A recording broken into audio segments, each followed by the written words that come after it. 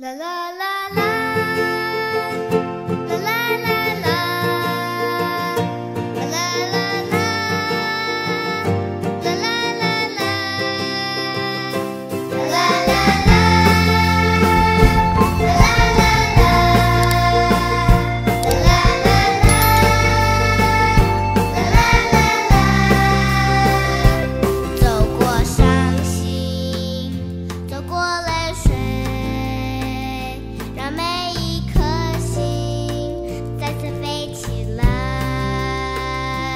用你的心伸出你手，让每一个灵魂再次活过来，让爱走动，让你的爱化成希望的种子，随风摇起，变成美丽的梦。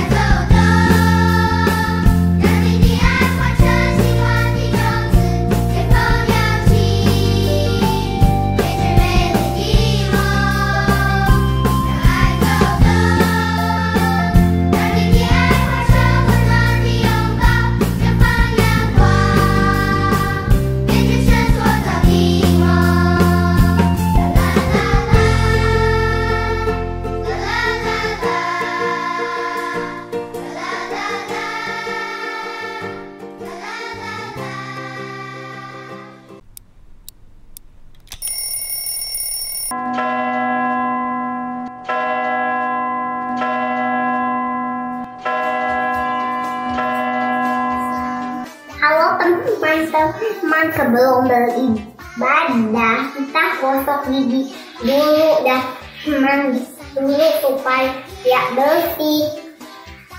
Jangan lupa ya, batu dengan kaki dan kaki.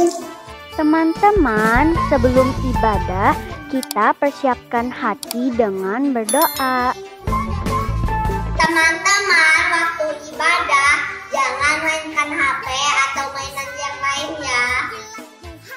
Teman-teman, waktu ibadah jangan menonton yang lainnya dan juga jangan mengobrol. Beribadahlah di tempat yang tenang. Teman-teman, bersikap sopanlah saat beribadah, jangan sambil tidur-tiduran dan juga makan.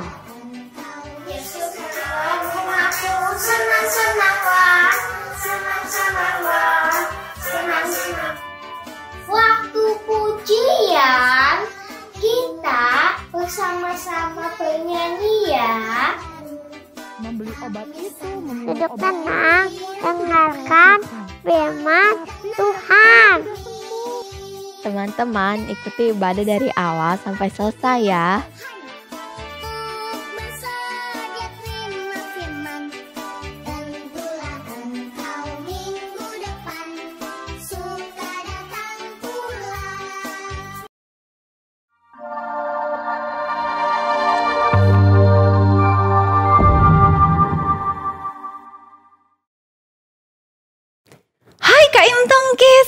Apa kabar kalian semua? Pasti kalian sedang liburan ya? Walau liburan, gak boleh lupa tiap minggu harus tetap rajin beribadah. Kita tetap beribadah walaupun sedang liburan. Omong-omong, kalian sudah ikut ibadah di gereja belum? Belum? Ayo ikut ibadah di gereja. Seneng loh, kita bisa nyanyi sama-sama dengan teman-teman semua. Kita nyanyiin lagu Hari Ini Ku Rasa Bahagia.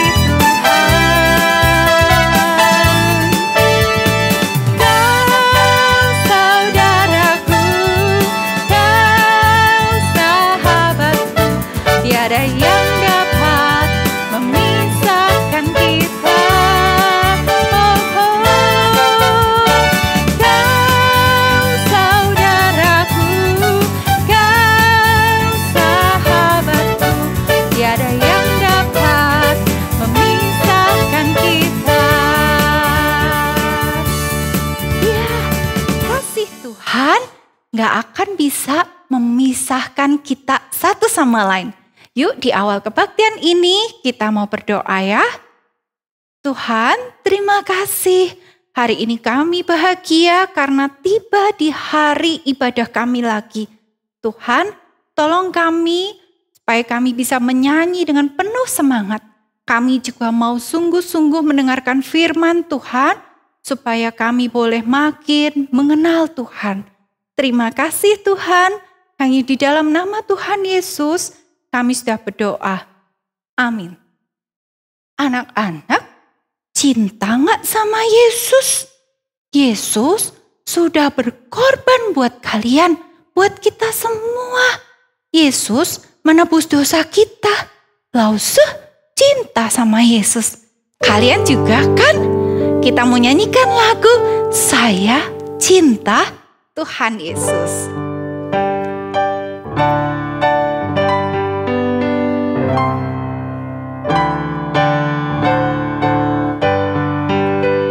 Saya cinta Tuhan Yesus, Yesus juru selamatku. Dengan segenap hati jiwa saya cinta Tuhanku. Saya cinta Tuhanku, saya cinta Tuhanku, saya cinta Tuhanku, saya cinta Tuhanku, Saya cinta Juru Selamat, Yesus cintaku juga. Saya cinta Tuhan Yesus, Yesus Juru Selamatku. Dengan segenap hati jiwa, saya cinta Tuhanku. Saya cinta Tuhanku, saya cinta Tuhanku, saya cinta Tuhanku, saya cinta Tuhanku, saya cinta Juru Selamat, Yesus cintaku juga. Ya, kalau kita cinta sama Yesus, kita mau ikut kemanapun Yesus pimpin. Mau beritakan Injil di desa, kita ikut. Mau di kota, kita ikut. Karena Tuhan Yesus pasti pimpin kita ke tempat yang baik. Yuk kita nyanyikan lagu Ikut Yesus.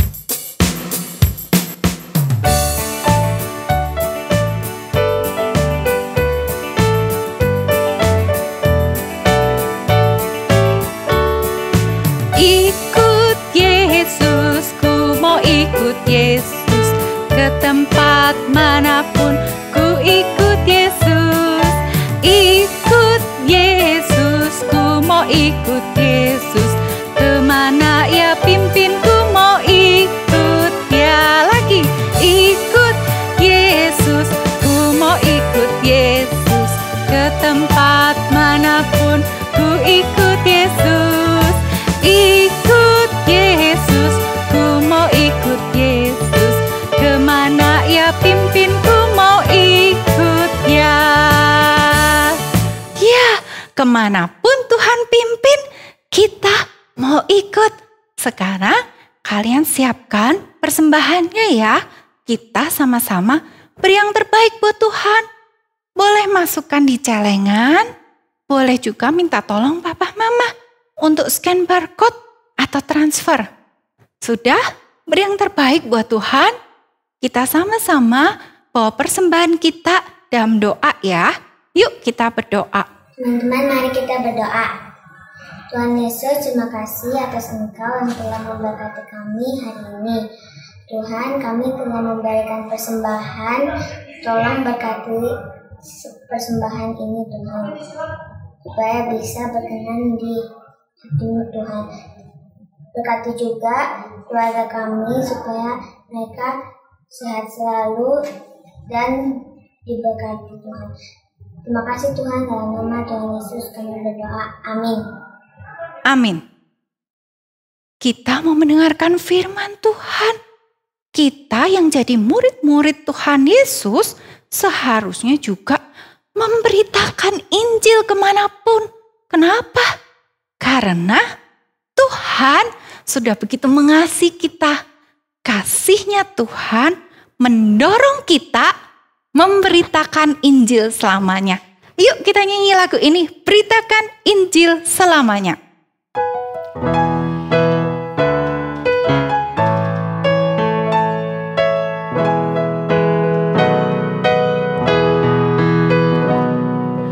Kasih Tuhan mendorong aku memberitakan Injil-Nya pada umat yang hidup dalam dosa, menghantar mereka padamu.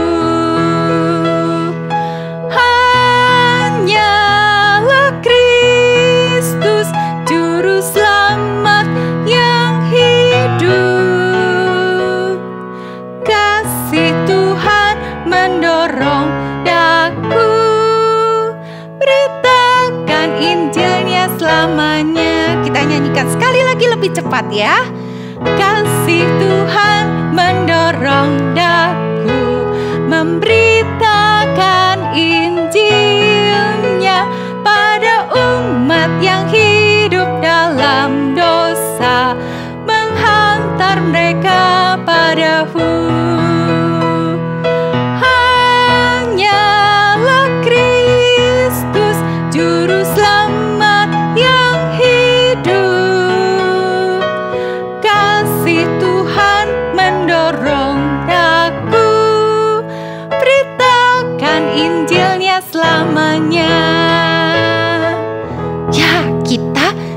sama-sama mau dengar cerita tentang memberitakan Injil. Yuk, tenangkan hati, kita sama-sama dengar ya. Halo adik-adik, apa kabar? Tentunya kalian sedang memasuki liburan kenaikan kelas kan? Nah, sebelum masa pandemi, biasanya kalau kita mau kenaikan kelas nih, ada acara makan bersama yang disebut perjamuan kasih. Setiap anak membawa makanan dan di kelas bisa saling tukar makanan. Nah, adik-adik suatu kali ada kisah, sebutlah itu namanya Ita. Dalam perjamuan kasih, ia membawa nasi goreng buatan mamahnya. Nah, saat acara berakhir, anak-anak mulai berbisik-bisik nih. Mereka saling bertanya, siapakah yang telah membawa nasi goreng yang rasanya paling enak di antara makanan yang ada pada waktu itu. Dan akhirnya mereka tahu bahwa Italah yang membawa nasi goreng. Semua orang memandang kepada Ita dengan rasa kagum dan mulai memuji-mujinya. Menurut kalian, siapakah yang membuat nasi goreng? Ternyata mamahnya. Nah, adik-adik, seandainya kamu adalah Ita, apa yang akan kamu katakan atau perbuat? Membiarkan teman-teman memujimu serta menerima pujian itu? Atau menjelaskannya, menerangkan bahwa itu bukan hasil pekerjaan Ita, tetapi hasil pekerjaan ibunya. Nah, adik-adik, kali ini kita akan melihat sikap apa yang diambil oleh para rasul dalam cerita berikut ini. Tapi sebelumnya kita berdoa dulu ya. Tuhan Yesus, terima kasih hari ini kami diberi kesempatan untuk mendengarkan firman Tuhan. Tolong kami, siapkan kami, juga hati kami boleh terbuka akan firman Tuhan. Roh Kudus yang akan menjelaskan tentang firman Tuhan ini, agar firman ini boleh menjadi berkat bagi setiap kami. Terima kasih Tuhan, dalam nama Yesus kami berdoa. Amin. Nah, adik-adik, di luar tembok kota, seorang laki-laki terbaring di tanah berlumuran darah. Orang itu tak sadarkan diri, dikelilingi beberapa orang yang berlutut mendoakannya. Orang yang terbaring itu perlahan-lahan membuka matanya. Ia mulai siuman. Di manakah aku? Tanya orang itu yang masih lemah. Engkau ada di luar tembok Listra. Hati-hatilah Paulus, kepalamu luka-luka, kata orang yang duduk paling dekat. Ya adik-adik, orang yang tadi pingsan itu adalah Paulus. Kepalanya masih terasa pening, tetapi ia mencoba mengingat-ingat kembali apa yang telah terjadi atas dirinya. Sekarang mulai jelas bahwa luka di kepalanya serta bilur-bilur di tubuhnya adalah karena lemparan batu yang dilakukan oleh orang-orang yang terkena hasutan orang Yahudi. Tetapi kira-kira apa ya salah Paulus? Tidak ada adik-adik, Paulus itu tidak bersalah. Mereka merajam hanya karena Paulus memberitakan Injil. Memperkenalkan Allah pencipta langit dan bumi serta Yesus Kristus juru selamat. Paulus tersenyum meskipun lukanya terasa sakit, namun hatinya senang. Sebab penderitaan yang dialaminya itu karena nama Tuhan. Dan ia beroleh kekuatan kembali. Lalu adik-adik, Paulus kembali memasuki kota Listra, bahkan menginap di sana. Sebelum tidur, Paulus mengingat kembali pengalamannya hari itu. Adik-adik, sejak dari Antiokhia, bahaya terus mengancam Paulus dan Barnabas. Bahaya itu datang dari orang-orang Yahudi. Nah, untuk menghindarinya, Paulus dan Barnabas pergi ke kota Ikonium.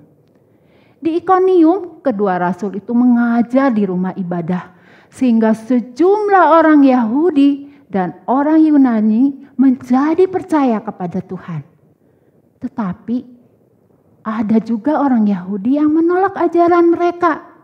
Dan mereka itu mempengaruhi orang-orang yang tidak mengenal Allah. Sehingga membuat mereka itu tidak senang kepada rasul-rasul. Di Ikonium, Paulus tinggal beberapa waktu lamanya. Di situ mereka mengajar dengan berani karena mereka percaya. Dan Tuhan menguatkan pemberitaan mereka dengan memberi kuasa untuk mengadakan tanda-tanda dan mujizat-mujizat. Orang-orang yang tidak mengenal Allah dan orang Yahudi itu mulai mengadakan gerakan untuk merajam dan melempari kedua rasul itu dengan batu. Meskipun demikian, pelayanan tak boleh berhenti. Maka di kota ini pun Paulus terus mengabarkan Injil. Kepercayaannya kepada Tuhan membuat ia berani serta tangguh dalam melaksanakan tugas-tugas berat itu.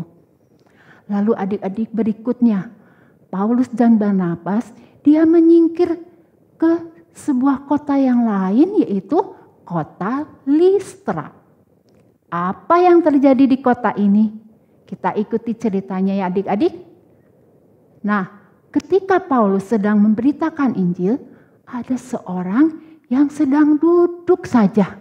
Kakinya lemah dan lumpuh sejak lahir dan belum pernah dapat berjalan. Ia duduk mendengarkan Paulus yang sedang berbicara. Lalu Rasul Paulus itu menatap dan melihat dia. Dan ternyata adik-adik bahwa dia itu beriman dan dapat disembuhkan. Lalu Paulus berkata, "Berdirilah tegak di atas kakimu." Dan apa yang terjadi adik-adik? Orang itu melonjak berjalan kian kemari. Nah, ketika orang banyak melihat peristiwa itu, mereka berseru dalam bahasa Likaonia. Dewa-dewa telah turun ke tengah-tengah kita dalam rupa manusia. Barnabas disebut Sius dan Paulus mereka sebut Hermes karena ia yang berbicara. Lalu adik-adik, datanglah Imam Dewa Sius yang kuilnya terletak di luar kota.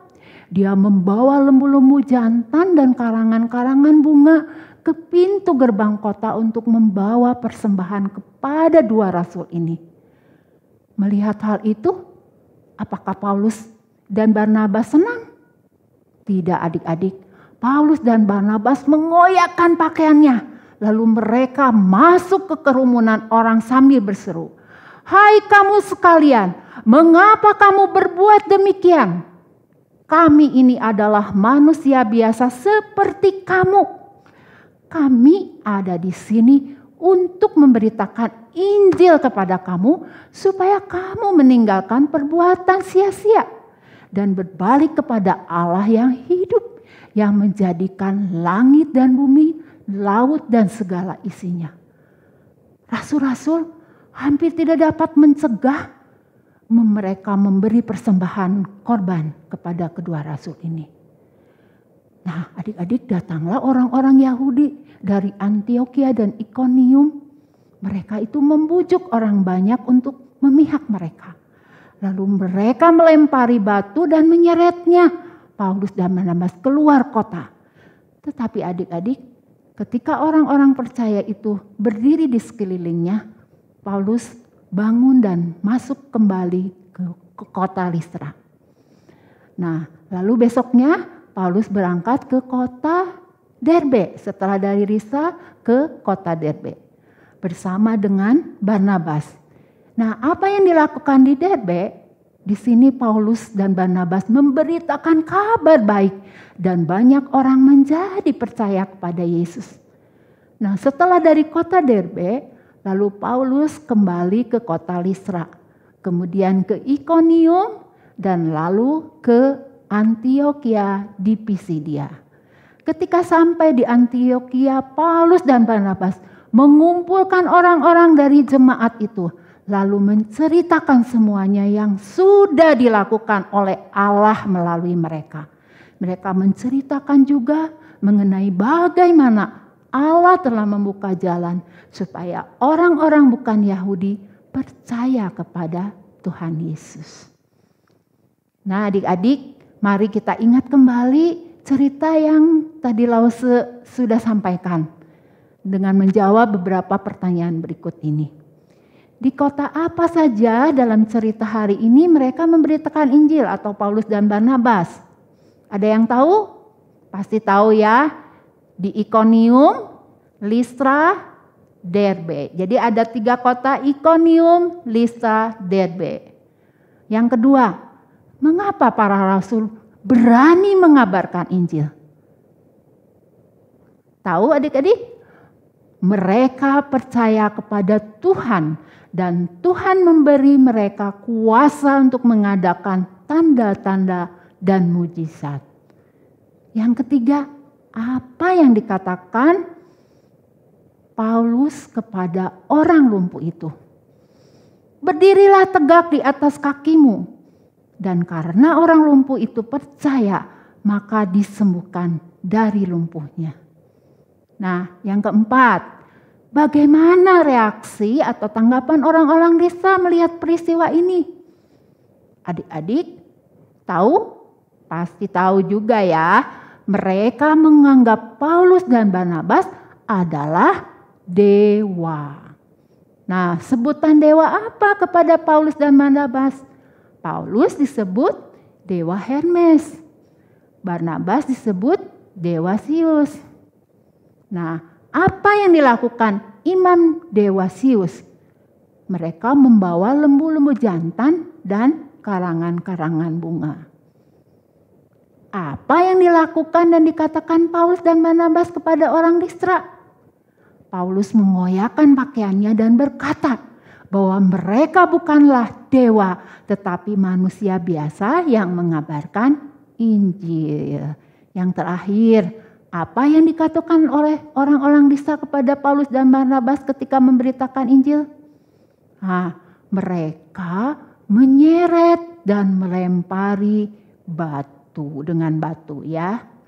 Jadi adik-adik, dari pelajaran hari ini kita mendapatkan pengajaran yang pertama, bahwa Allah memberikan keberanian untuk memberitakan Injil dan akan menolong kita dalam menghadapi tantangan dan rintangan yang ada.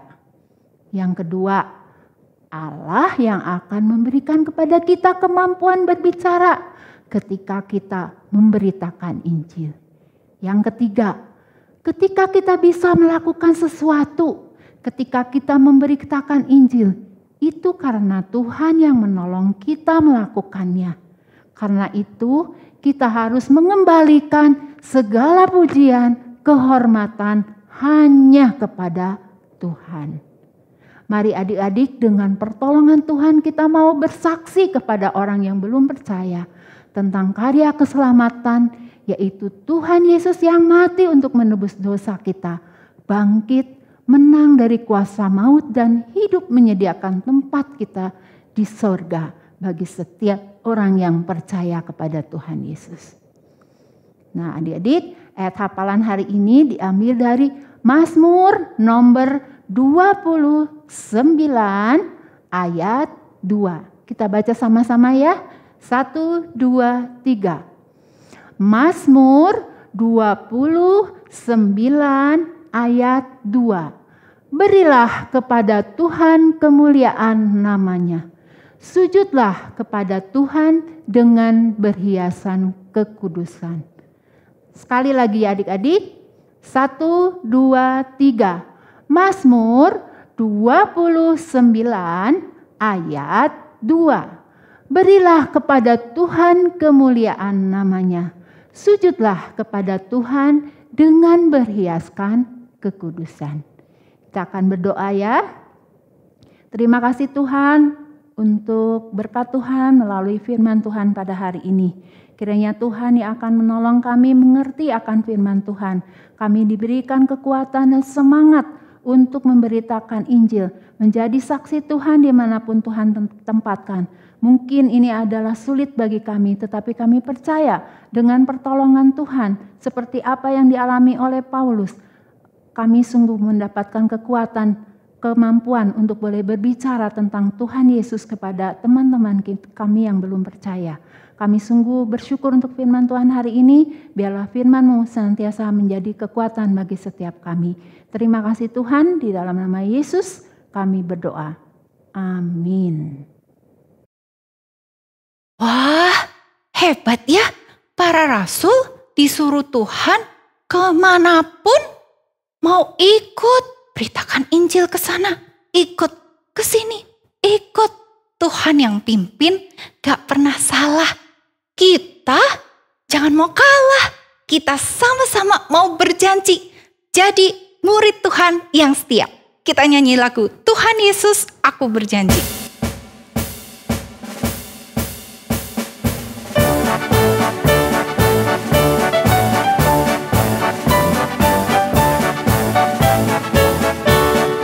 Tuhan Yesus, aku berjanji jadi murid-Mu yang setia, rajin berdoa, baca Alkitab, selalu bersaksi bagi-Mu. Akal iblis aku menolak, firman Tuhan aku menurut, mulai sekarang sampai selamanya, tetap setia pantang mundur. Tuhan Yesus, aku berjanji jadi murid-Mu yang setia, rajin berdoa, baca Alkitab, selalu bersaksi bagi-Mu. Akal iblis aku menolak, firman Tuhan aku menurut, mulai sekarang sampai selamanya, tetap setia pantang mundur. Yuk sama-sama tenangkan hati, kita mau terima doa berkat. Anak-anak sekalian, arahkanlah hatimu dan terimalah berkat dari Tuhan. Kiranya kasih karunia dari Allah Bapa berkarya di dalam hidupmu, sehingga engkau semakin mengenal Tuhan Yesus Kristus, Sang Juru Selamat, dan Allah Roh Kudus yang akan menolong engkau memahami kebenaran dan menghidupi kebenaran demi kemuliaan Allah Tritunggal sampai Tuhan Yesus datang pada kali yang kedua. Amin. Hai, shalom adik-adik. Kak Ishak hari ini bawa berita gembira buat setiap kita, bahwa gereja kita akan kedatangan tamu dari Jakarta. Nah, tamu-tamu dari Jakarta ini akan mengajak kita untuk beribadah bersama-sama dengan keluarga kita. Oleh sebab itu, lihat tanggalnya, dicatat baik-baik. Pada tanggal 10 Juli 2022 pukul 9.30 kita tidak akan ada ibadah sekolah minggu onsite. Karena kenapa? Karena kita akan bersama-sama dengan keluarga kita beribadah dalam kebaktian intergenerasi. Bagaimana ya menariknya beribadah bersama dengan papa, mama, opa, oma? Nah, penasaran kan? Oleh sebab itu Kak Ishak mengundang setiap adik-adik yang bisa hadir di gereja. Kita akan beribadah bersama-sama di lantai 3 dan kita nikmati beribadah bersama dengan Tuhan. Tapi buat adik-adik yang nggak bisa datang secara onsite, tetap bisa mengikutinya secara online. Nah, di dalam ibadah online tetap ada sekolah minggunya. So, adik-adik mau pilih ibadah onsite atau online? Kita sama-sama mau memberikan yang terbaik buat Tuhan. Kita beribadah kepada Tuhan. Shalom. Di akhir kebaktian kita mau mengucapkan terima kasih kepada Bapa di surga. Kita nyanyikan lagu Bapa, terima kasih. Bapa, terima kasih. Bapa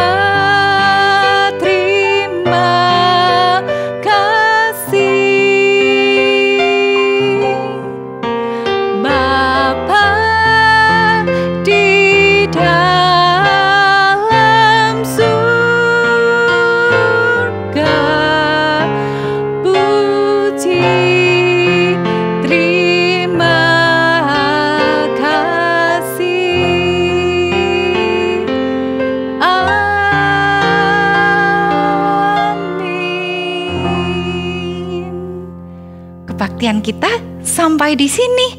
Sampai jumpa minggu depan di gereja ataupun online.